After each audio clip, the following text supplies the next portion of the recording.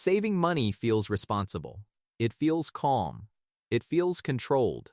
When you see your bank balance growing, you feel like you're doing something right. And in many ways, you are. But there's a quiet point where saving alone stops moving you forward. For a lot of people, that point shows up somewhere around $20,000. After that, progress starts to feel slower, even though you're still being disciplined. My name is Mike, and I'm glad you're here. I make videos that explain money in a calm, practical way, without pressure or hype. If you find steady, clear financial guidance helpful, take a moment to like the video and subscribe so you don't miss future conversations that make personal finance feel simpler and more manageable. Saving feels safe because it protects you from immediate problems. It gives you breathing room. If your car breaks down or your hours get cut at work, you're not instantly panicked. That emotional security is powerful.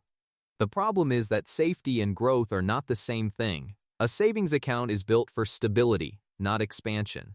It's designed to hold value, not multiply it. When you first build your savings, every $1,000 feels meaningful. Going from $1,000 to $5,000 feels like real progress. Reaching $10,000 feels like a milestone. But once you hit $20,000, something subtle happens. The growth slows down because the interest on cash is limited. Inflation quietly erodes purchasing power. And the opportunity cost of not investing becomes larger each year. This isn't about criticizing saving. It's about understanding its role. Saving is the foundation. It's not the engine. Once the foundation is strong, you need a different tool to build the next level. Here's where the shift usually needs to happen. First, understand what your emergency fund actually needs to cover. Most people only need 3 to 6 months of essential expenses. Not lifestyle expenses. Not vacations. Just the basics: rent or mortgage, groceries, utilities, insurance, transportation. If your essential monthly costs are $3,000, a fully funded emergency reserve might be somewhere between $9,000 and $18,000. Once that's covered, anything beyond that isn't increasing safety in a meaningful way. It's just sitting. Second, separate money by purpose. Emergency money should stay liquid and stable, but long-term money should be positioned differently. Retirement funds, long-term goals, and future wealth building require assets that have growth potential. That usually means diversified investments rather than cash. Third, understand risk properly. Many people avoid investing because they imagine extreme scenarios. They picture dramatic losses and permanent damage.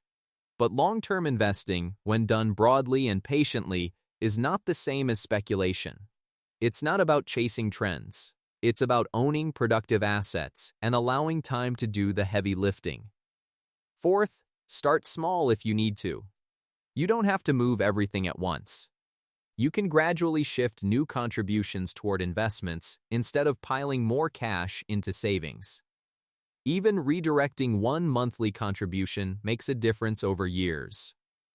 Fifth, define what enough cash means for you. Without a clear number, you'll always feel like you need more, and that feeling can trap you in permanent hesitation. Let me give you a simple example. Saver Mike is proud of being disciplined. He avoids unnecessary spending. He tracks his expenses carefully. Over the years, he's built his savings account to $25,000. He feels secure, which is good. But he keeps adding to it. Every extra dollar goes into the same account because investing feels uncomfortable. The market feels unpredictable. Cash feels certain. 5 years pass. Saver Mike now has $35,000 in savings. He feels responsible. But when he looks at his long-term goals, retirement, financial independence, maybe even working fewer hours someday, he realizes the growth hasn't matched the time he's put in. The money has barely outpaced inflation. He hasn't lost money, but he hasn't meaningfully advanced either. The issue isn't that Saver Mike did something wrong. The issue is that he stayed in the protection phase too long. Protection is important, but growth requires movement beyond pure safety. There are a few common mistakes that keep people stuck here. One mistake is confusing volatility with danger. Short-term fluctuations in investment value can feel scary, but long-term stagnation in cash can quietly be more harmful. The risk of never growing is less dramatic, but it's still real. Another mistake is overestimating how much emergency money is necessary. Some people hold a full year or more of expenses in cash. Not because they've calculated the need, but because it feels comforting. Comfort has value, but excessive comfort can slow progress. A third mistake is waiting for the perfect moment to start investing. There will always be headlines. There will always be uncertainty. If you wait for calm conditions, you may wait indefinitely. And finally, some people treat saving as the final goal rather than the first step. Saving is stage 1. Investing is stage 2. Eventually, you need both working together. So what can you actually do?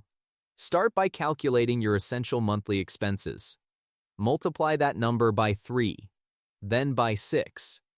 Decide where you feel comfortable within that range. That's your emergency target. Next, open a dedicated investment account if you don't already have one. This could be a retirement account or a taxable brokerage account, depending on your situation. The goal isn't complexity. The goal is access. Then, choose broad, diversified investments rather than trying to pick individual winners. Simplicity reduces emotional stress. Emotional stability increases consistency. Consistency builds wealth. After that, automate contributions. When investing becomes automatic, it stops feeling like a constant decision. It becomes a habit. Finally, keep your emergency fund intact. Don't eliminate safety. Just stop expanding it beyond its purpose. Over time, something interesting happens. Your cash protects your present. Your investments build your future. You're no longer relying on one tool to do 2 different jobs. The deeper mindset shift is this: safety is not the same as progress. True financial stability comes from balance. Too little cash creates anxiety. Too much cash creates stagnation. The sweet spot is where you feel secure enough to allow your money to work beyond you. It's understandable to feel hesitant. Money represents effort. It represents time. Letting it leave the safety of a savings account can feel like letting go of control. But well-structured investing isn't losing control. It's delegating growth to systems designed for it. If you've crossed $20,000 in savings and feel stuck, that doesn't mean you've failed. It likely means you've mastered the first phase. Now you're ready for the second. Think of saving as building a sturdy dock. Investing is setting sail. You wouldn't live your entire life standing on the dock. It keeps you safe from drowning. But it doesn't take you anywhere new. When you allow your money to participate in growth, carefully, consistently, and patiently, you give yourself options later. Options to reduce work. Options to handle surprises. Options to choose time over income. And that's what financial progress is really about. Not just accumulation, but flexibility. If you're someone who feels safer with cash, start slowly. Shift 10% of new savings into investments. Watch how it feels. Learn as you go. Confidence grows with experience, not theory. Over decades, the difference between cash-only saving and balanced investing can become significant. Not because of dramatic moves, but because of time. Time rewards participation. You don't need to rush. You don't need to gamble. You don't need to take extreme risks. You just need to recognize when safety has done its job and when it's time for growth to begin. Saving feels safe, and safety is important. But after around $20,000, the question changes. It's no longer, am I protected? It becomes, is my money building anything? That shift, handled calmly and thoughtfully, is what turns stability into momentum. I hope this conversation helped clarify the difference between saving for protection and investing for progress. If this video was helpful and answered your questions, hit the like button and subscribe for more videos like this. I'm glad you're here, and I'll see you in the next one.